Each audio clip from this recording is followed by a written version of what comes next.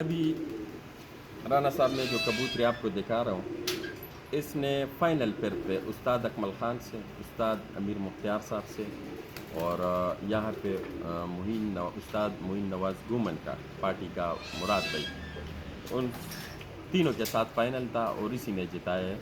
ये उसी दिन बैठी थी 6:53 पे। बहुत तेज़ हवा में सुबह से लेकर शाम तक हवा थी। यह तूफ़ान था, पूरे दिन तूफ़ान में उड़ी है। ये जी इसकी आँख हो गई, ये पर हो गया। बटेरा जोड़ा है अपने घर का, इसका बाप भी बेमिसाल ही उड़ा है। यहाँ का मशहूर कबूतर है इसका बाप, उसका भी मैं आपको ये पैर हो गया जी। ये बाप मैं दिखाता हूँ।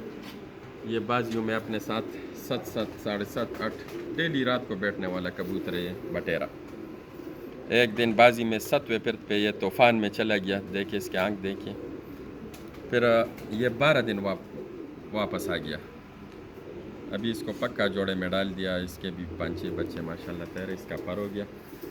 ये माशाल्लाह जी इसके पैर हो गए, पक्के पैर है बिल्कुल।